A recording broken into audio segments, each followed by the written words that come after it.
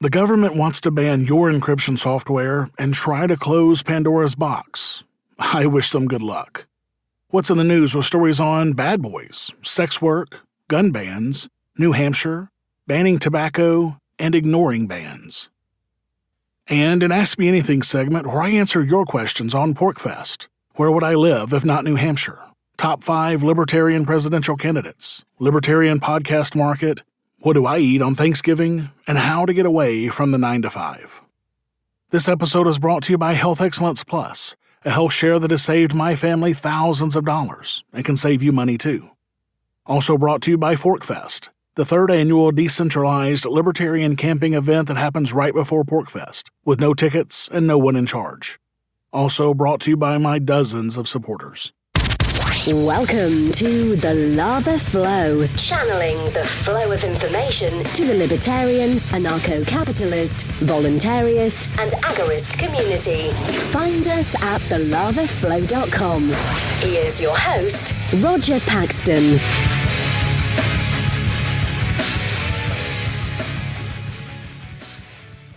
Thank you for joining me this week. From the state that has the lowest poverty in the nation, according to U.S. News and World Report, this is the show that will bring you the people, places, and events that everyone in the Liberty Rebellion needs to know.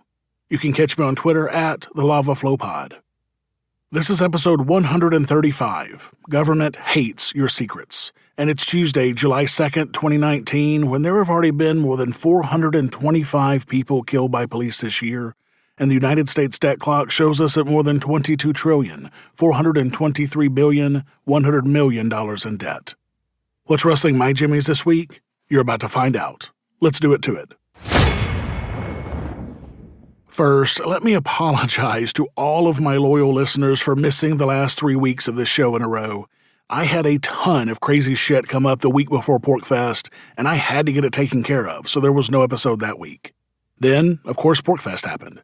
And there's no way to do a show at PorcFest when you're running that joint. And then last week, I came home down on my back, and my boys got me sick, so there was no way I could do one last week either. But I'm back on track 100% now, so let's make this shit happen. You know, for years, I have been begging you guys to start using encrypted communications for various reasons, if for no other reason than to create noise that the feds can't figure out. I use encrypted comms every single day, all day long, even to just send my wife innocuous messages. I suggest the same for you. But now, all of that chatter that the feds can't break into has them all in a tizzy. Of course, that's what we want. They are scared of this technology because they are scared of you, make no mistake. And they should be. So, in their fear, they're now looking into stopping this technology, as if they could. Politico reported that senior Trump administration officials met on June 26 to discuss whether to seek legislation prohibiting tech companies from using forms of encryption that law enforcement can't break.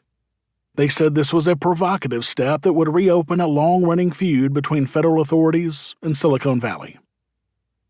Politico cited several unnamed sources in reporting that the encryption challenge, which the government calls going dark, was the focus of a National Security Council meeting Wednesday morning that included the number 2 officials from several key agencies. The discussion focused on the lockdown of messaging apps, billed as a privacy and security feature, which frustrates authorities investigating terrorism, drug trafficking, and child pornography. It's all for the children, folks. The challenge for governments, the U.S. included, is that the privacy of messaging has become a central theme in the ongoing debate around privacy, data security, and information integrity. People around the world are shifting from public social media posting to closed groups and messaging platforms that have been a major driver of that. Even Facebook has put messaging security and privacy at the center of its new strategy. Of course, in other parts of the world, this is not allowed. The example of WeChat in China is especially relevant, where the authorities monitor message traffic on a fairly open basis, with immediate sanctions for misbehavior. This will happen here if these things are banned. When encryption is outlawed, only outlaws will have encryption, as Darryl W. Perry said.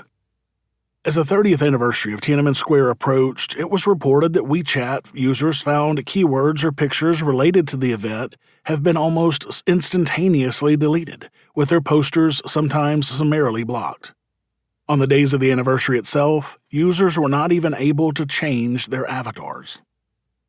Now, there is no single point of view within the U.S. government on this issue, and even a well-known fault line on encryption within the executive branch, as reported by Politico. The DOJ and the FBI argue that catching criminals and terrorists should be the top priority, even if watered-down encryption creates hacking risks. The Commerce and State Departments disagree, pointing to the economic, security, and diplomatic consequences of mandating encryption backdoors. And the Department of Homeland Security can see both sides of the debate even within itself. The Cybersecurity and Infrastructure Security Agency knows the importance of encrypting sensitive data, especially in critical infrastructure operations. But ICE and the Secret Service regularly run into encryption roadblocks during their investigations. Earlier this month, a coalition of technology companies, privacy experts, and human rights groups published an open response to a discussion document from UK spy agency GCHQ that suggested the idea of a ghost protocol to enable an extra end in end-to-end encryption messaging, which would allow governments, when required, to listen in. The response from the likes of Apple, Microsoft, Google, and WhatsApp was blunt. It would undermine the authentication process, introduce potential unintentional vulnerabilities, increase risks that communication systems could be abused or misused. It will not matter that conversations are protected by encryption. Communications will not be secure. And if the U.S. does start to genuinely debate about such legislation, the backlash will escalate quickly. I mean, it's one thing to moderate the content shared on social media, quite another to bring total user privacy to an end. I mean, hell, even Mark the Zuckerberg himself wrote back in March, "I believe the future of communication will shift to private, encrypted services where people can be confident what they say to each other stays secure, and messages and content won't stick around forever." I never thought I would say this, but I agree with the Zuck 100% on this one. So I encourage you to continue to use these encryption services like Wire, Signal, Telegram, and many others. Use them to tell your wife you love her and to pick up some bread at the store. Or use them to plan to take over the fucking world and then leave it alone. Just use it, period. Because it is working. It is pissing off those in power who think they can stop technology once the box has been opened. It is terrifying those who would rule us and subjugate us. It is terrorizing those who would terrorize us. Use this technology to strike at the root of evil. Have you subscribed to the Lava Flow on iTunes or any mobile device yet? Then what's wrong with you? Go to thelavaflow.com/subscribe so you don't miss a minute of the show. And while you're subscribing, make sure to leave me a 5-star rating and review the show to help others find our podcast. thelavaflow.com/subscribe. What's in the news? The news you need to know from a libertarian perspective. So, to be upfront with you guys, all of this news is a couple of weeks old. I mean, I wrote this segment the week before PorcFest, thinking that I would have time to record and put this show out then, but unfortunately, PorcFest problems piled up, and I never had the time to do it. Forgive me for that, guys, but there's some really good stuff in here, even though it's a little bit old. In Bad Boys news, Chicago cops used explosives to raid an innocent family's home and held their kids at gunpoint and handcuffed an 8-year-old boy. In only a matter of months, the city of Chicago is now facing its 5th lawsuit for raiding the homes of innocent people, allegedly by mistake. Some of these lawsuits include an instance in which cops raided a 4-year-old's birthday party and held other children at gunpoint. In the most recent lawsuit stemming from violent police negligence, an innocent family was terrorized, a small child handcuffed, and police used explosives to literally blow holes in their home to search it. On March 15th, Alberta Wilson says Chicago police woke her up, along with her 4 children, as cops forced their way into her home. It was below freezing outside with ice on the ground, and despite this fact, the entire family was forced from the home and made to stand in the freezing rain. Thinking he was a threat, the cops even handcuffed Wilson's 8-year-old son, Royal, who was also forced to stand in the freezing cold. Wilson said of her children after the raid, "They are afraid to go to the washroom. They are afraid to sleep by themselves. They are very nervous and jumpy. Well, no fucking shit. This is what happens when you terrorize people. It's called PTSD. According to ABC7, Wilson and her family were awakened by police at 6 a.m. on March 15th, executing a search warrant with information that said an assault rifle may have belonged to one of Wilson's older sons that was in the home. Police ordered the mother and her family outside. She said they pointed assault weapons at all of them, including her 3 younger children who were 6, 8, and 9 years old. The adults were handcuffed and so was Royal, who remained that way in the freezing rain while Wilson begged officers to release him. Despite claiming there was a weapon in the home, no such weapon was found. Imagine that. Also, despite claiming Wilson's oldest son was in possession of said weapon, no arrests were made. Everyone was innocent, and the cops destroyed their home and terrorized the family anyway. As the family sat outside in handcuffs in the freezing rain, police ransacked their home, tearing mattresses apart and even using explosive devices to blow holes in their ceiling to look for a non-existent assault rifle. After cops destroyed the family's home, they simply left it like it was and didn't even give them the courtesy of an apology. But that's not all. Just last August, 2 little boys who used to look up to the police were traumatized and their view of police tarnished forever after a SWAT team burst into their home at night and held the entire family at gunpoint, including the children. The family was innocent, and just like the above case, the raid was on the wrong home. Those 2 children now suffer from PTSD and have to attend counseling. This is what the drug war is, folks. It is terror, it is threats, it is murder, it is control. It is not a war on drugs, it is a war on you. Fuck the Chicago police and all drug warriors in the neck with an explosive device. In Vice News, marijuana has gone mainstream. Casino gambling is everywhere, and sports wagering is spreading. Could prostitution be next?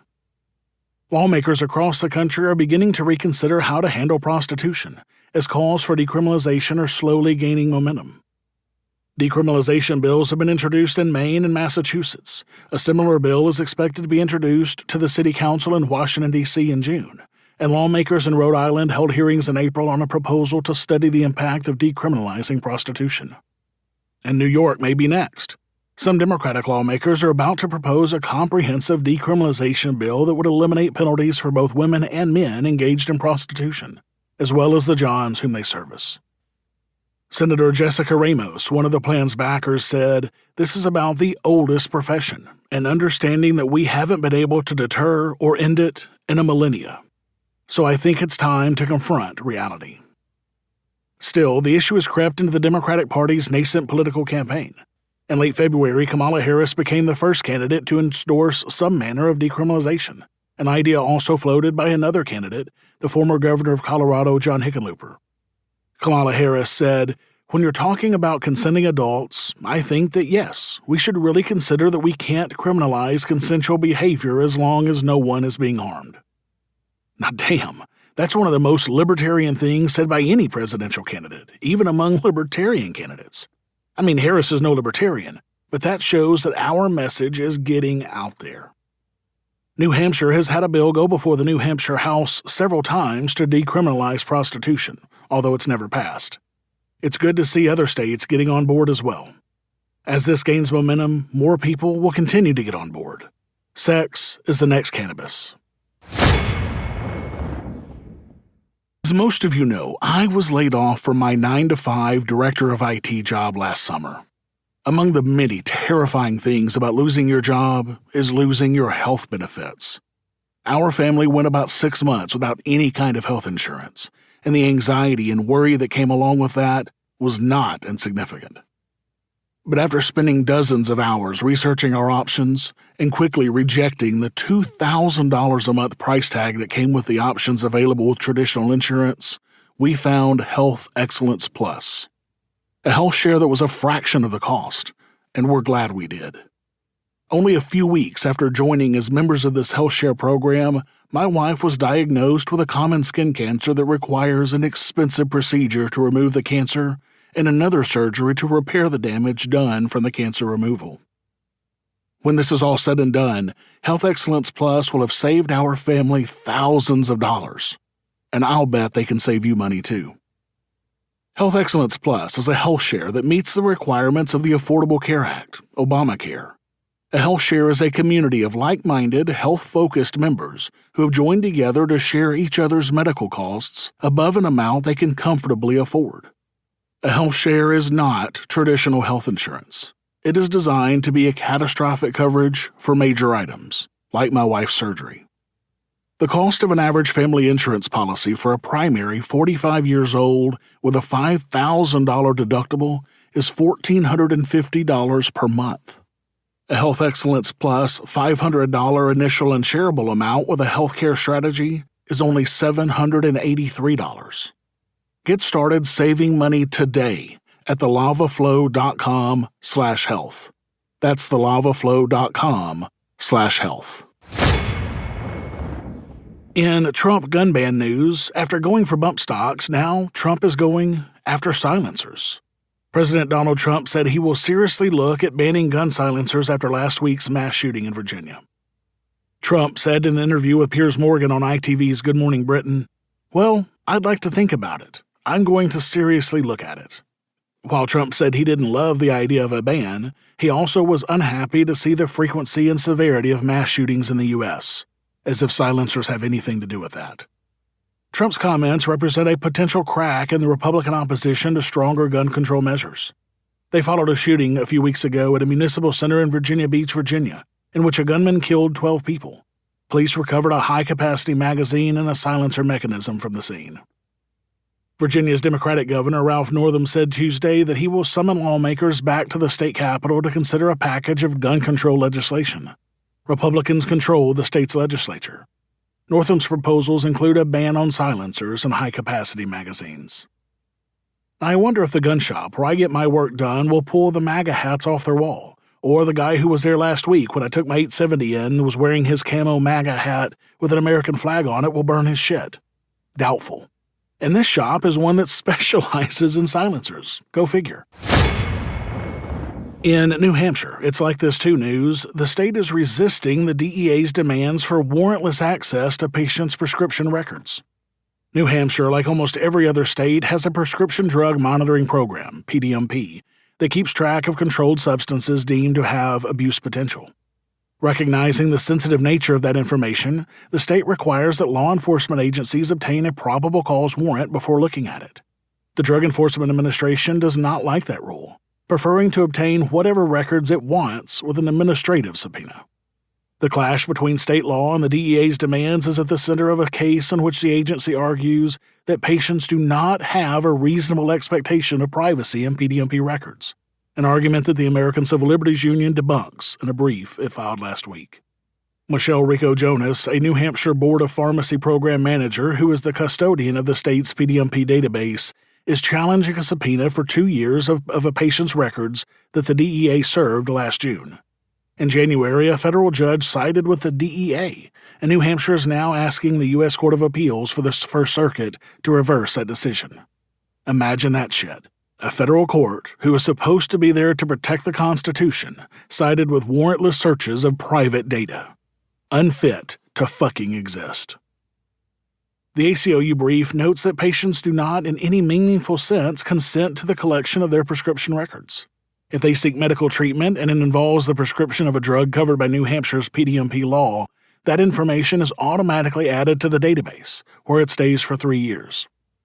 Furthermore, PDMP records can reveal highly sensitive information that patients would reasonably expect to keep private. Drugs listed as controlled substances are tracked by the PDMP, including a number of frequently prescribed medications used to treat a wide range of serious medical conditions, including anxiety disorders, panic disorders, post-traumatic stress disorder, weight loss associated with AIDS, nausea and weight loss in cancer patients undergoing chemotherapy, alcohol addiction withdrawal symptoms, opiate addiction, testosterone deficiency, gender identity disorder, gender dysphoria, chronic and acute pain, seizure disorders, narcolepsy, insomnia, and attention deficit hyperactivity disorder. A patient's prescription history can reveal their physician's confidential medical advice, the chosen course of treatment, their diagnosis, and even the stage or severity of the disorder or disease. So in other words, when the government creates laws like HIPAA and high-tech to supposedly protect patient data, They only want to protect it from everybody but themselves. The federal government, as usual, thinks that they are above their own laws. Since it should not be hard to show probable cause in any case where the DEA has evidence indicating that the Controlled Substances Act has been violated, the agency's insistence that it should not have to bother is an audacious assertion that patients must surrender their privacy whenever federal drug warriors say so. Harry Clementowitz, staff attorney at the ACLU of New Hampshire, says, "The state of New Hampshire is sticking up for the privacy rights of all Granite Staters, and we are proud to stand with them. The DEA cannot ignore state law and request these sensitive records with an administrative subpoena instead of a signed warrant. That's not the New Hampshire way, and we are proud to stand with the New Hampshire Department of Justice to protect patients' rights."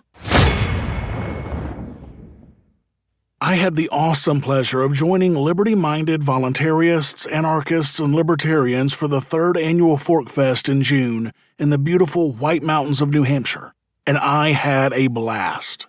I've now been to all 3 PorcFests, and I don't plan on missing a single one. This year, the event at least tripled in size from last year, with tons more people there and several food vendors. PorcFest is a decentralized camping event where no one is in charge. This means there is no ticket cost to attend the event. This also means that you are free to create whatever experience or event you want or would like others to enjoy. You can connect with other PorcFesters via the unofficial Telegram chat or the PorcFest forum at the unofficial website forkfest.party. That's forkfest.party. Keep an eye out for the dates for next year's event, which will likely be in late June. I hope to see you at PorcFest next year.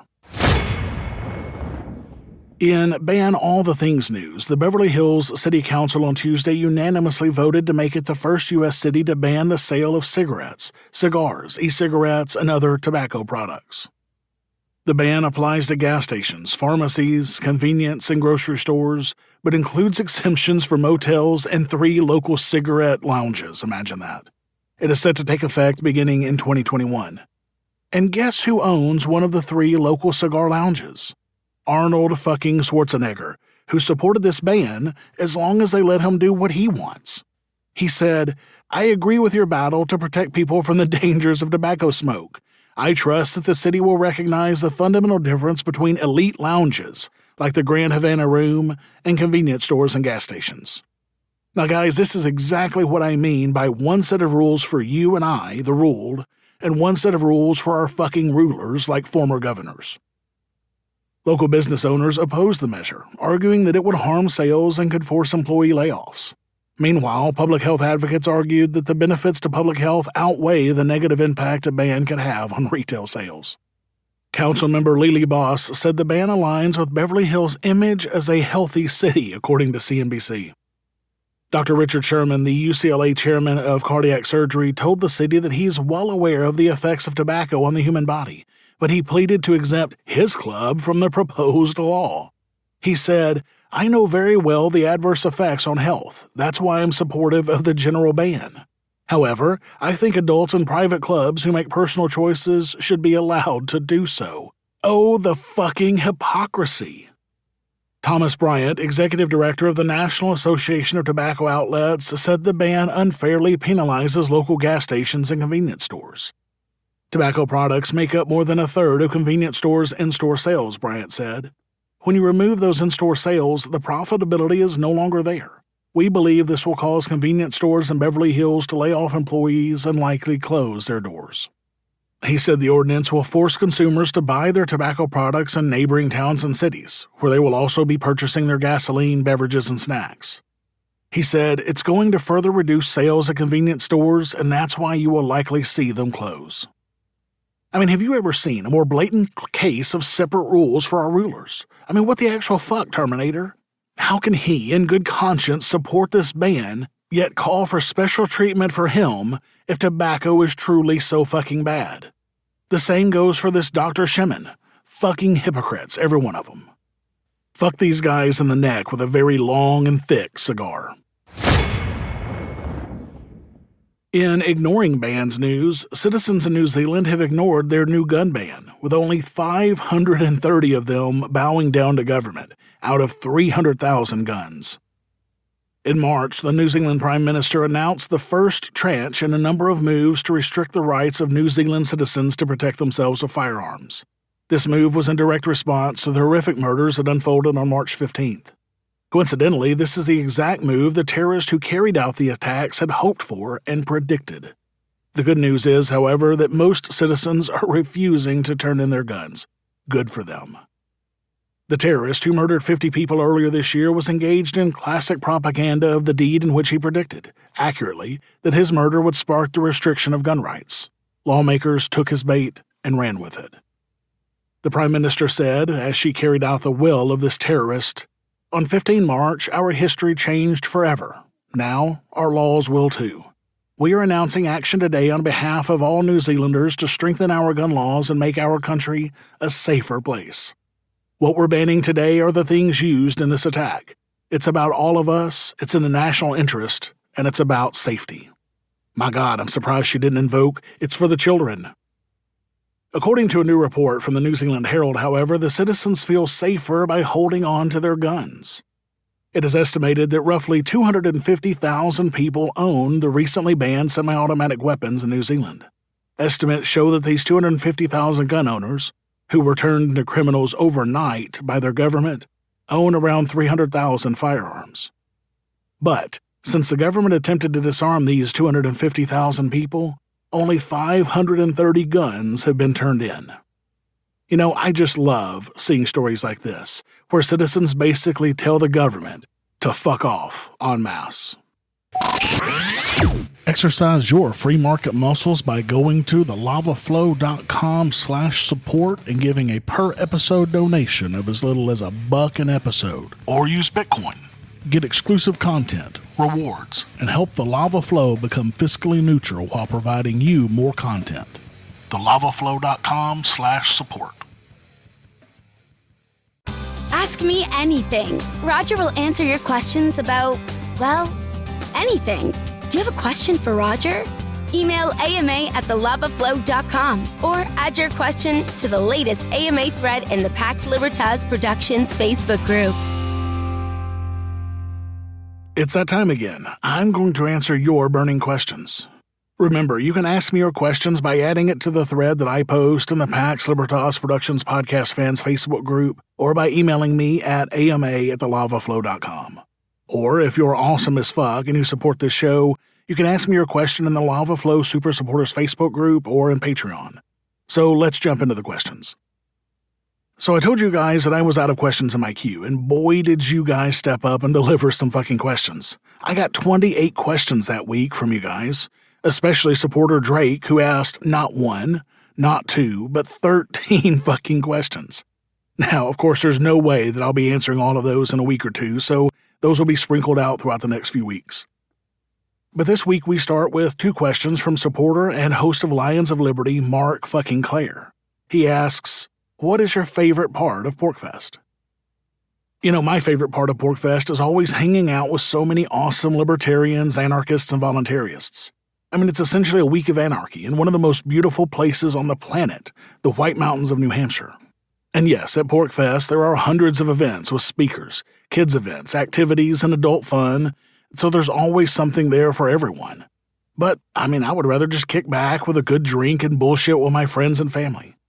And this year, I had time to do a lot more of that than I did this year. It was so great, Mark, seeing you and the rest of the Lions of Liberty guys and Dan Smots from the System is Down podcast, and Nick Pacone and Jay Citano and so many other awesome folks.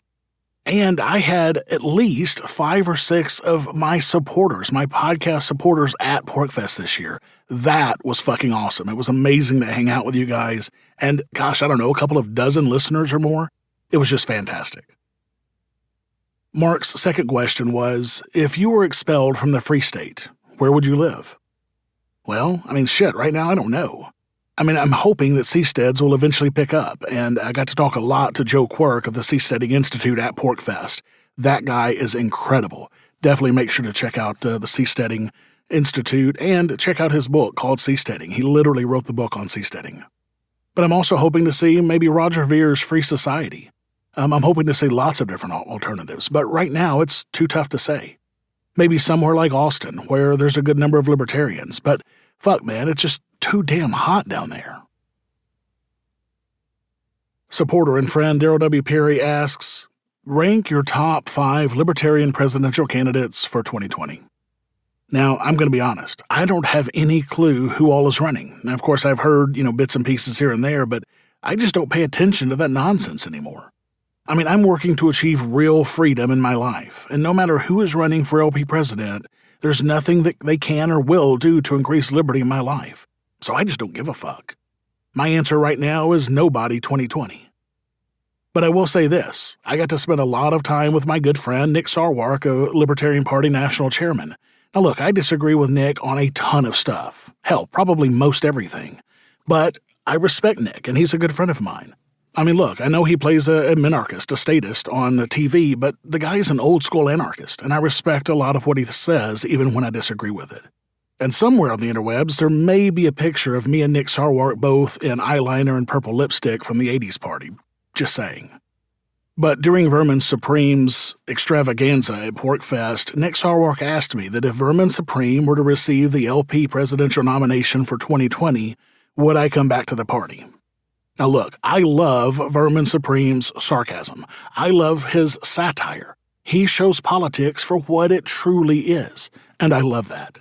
So, I promised Nick Sarwark that if Vermin Supreme were to get the Libertarian Party nomination of 2020, not only would I join the party, but that I would ask my listeners to do so as well.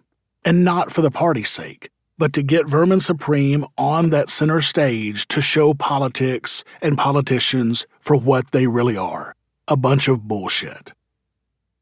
And of course, Daryl then asks me what my favorite cartoon duck is. With Daryl, it's always a serious question and then a silly question. So to answer that, I don't know. I would either have to say either Darkwing Duck or Howard the Duck. Both of them are kind of cool, I guess. Next, supporter Nick Pacone and host of Sounds Like Liberty podcast, who I got to hang out with quite a bit at PorcFest this year. It was great seeing you there, man. He asks, what do you think is missing in the libertarian voluntarist podcast market currently? Well, hell, man, I don't want to give up any ideas. If I find a good niche for libertarian podcasts, I want to fill that niche on my network. As a matter of fact, I'm working on a top secret project right now that I hope will see the light of day in a couple of months. As an aside, if anybody has a particular niche that they want to see filled in libertarian podcasting, shoot me an email at Roger, R-O-D-G-E-R, don't forget my mom liked the D, at paxlibertas.com. Next, supporter John C. asks, turkey, ham, or both at Thanksgiving? We don't celebrate, but we damn sure eat. I'm with you on that one, John, but I'm a pork guy all the way, so give me that ham, although I do love a good fried turkey. My uncle makes a fried turkey with Cajun seasoning every Thanksgiving, and it's one of the few things that I actually miss about Arkansas. Thanks so much for the question, John. And finally, for this week, new supporter Barrett B. asks, suggestions on how to move from a 9-to-5 job to entrepreneurship. To give some background on the question, I'm currently working at a company whose primary source of income is government at various levels. I wasn't a voluntarist when I started, and now it's eating at me that my paycheck is almost exclusively from stolen funds. Barrett, I love this question because I am a firm believer in entrepreneurship. I'm trying to teach it to my boys as a way of life, and they are taking it to heart. And man, I feel you. For many years, I worked for healthcare companies that received most of their money from Medicaid and Medicare. I struggled with that, and hard. While I wasn't a voluntarist when I started down that path, when I became one, it was tough for me to reconcile. My recommendation is to start a Venn diagram of things that you love to do and things that you're good at, then find where those things intersect. At that intersection, hopefully there is something that you can make money doing, even if it's less money than you're making now. Look, I took a huge pay cut, almost half when I left my other job or when I was laid off from my other job. But with tightening up my belt, getting rid of unessential bills, and working my ass off, I'm making it happen. And I wouldn't go back to a 9-to-5 for anything in the world at this point. The freedom that I have to spend my days with my family and work when I want or when I can be most efficient is worth every bit of it to me. But my last bit of advice is don't quit your day job yet. I would recommend at least having several months of expenses saved up, if not a year, and making sure you're bringing in at least half of that in new income before jumping off the diving board. I didn't have that chance, and it was stressful as fuck. Thankfully, things aligned just perfectly for me, but that's not always the case for everyone. Good luck, and thanks so much for the question. Thank you for listening to the show this week. As always, I need to thank my favorite PorcFest producer, Jessica, for her help with this show. For the show notes to this episode, where I put links and other information that's been on this show, go to thelavaflow.com/135. I have 2 new supporters this week. Scott M. began a $1 per episode donation through Patreon. Awesome, Scott. Thank you so much, man. And Mitchell M. became a $2.50 per episode supporter through Patreon. Thank you so much, Mitchell. Keep striking the root. So, thanks to all of my awesome supporters, including Scott and Mitchell, I'm at $280.57 per episode, or 55.25% of the way towards my next goal of $500 per episode. Thank you for all your support, guys, really. Remember, when I hit this next goal, I'm going to be upping the content that I bring you from half an hour per week to a full hour. I know you want more content from me, and I want to give it to you. So add your pledge today to help me bring you twice the lava flow that you're getting today. So exercise your free market muscles by going to thelavaflow.com/support and giving a per episode donation of as little as $1 an episode using Federal Reserve notes through Patreon, or monthly using Subscribestar, or using cryptocurrencies through Bitbacker. I want to be able to bring you more content soon, so make sure to add your donation today to help make that happen. I have one new Apple podcast review this week from Cegis B. She says, "To the point and informative. Roger is to the point and doesn't fill the podcast with fluff. His information and perception on topics has honestly made me a better voluntarist. I've had the pleasure of meeting Roger in person twice now, and he is honestly one hell of a guy. Listen to this podcast. You guys will not regret it." Cegis, goddammit, thank you so much. I'll be honest, one of the highlights of my PorcFest is to get to meet so many listeners and supporters, and being able to hang out with you and Daryl so much this year and to see you guys last year was just fucking awesome. Keep striking the root, you two. If you have a minute and want to hear your review read right here on the show, please go to thelavaflow.com/Apple and leave me a rating and a review. All the cool kids are doing it, just like Cegis. Thank you to everyone who's left me a rating and a review so far. You guys rock. To all of you who haven't, can you guys help me out and go leave a review for me? Go to thelavaflow.com/Apple to do that now. Until next time, keep striking the root. Thank you for listening to The Lava Flow at thelavaflow.com. Don't miss an episode. Subscribe now at thelavaflow.com/subscribe. This has been a Pax Libertas Productions podcast.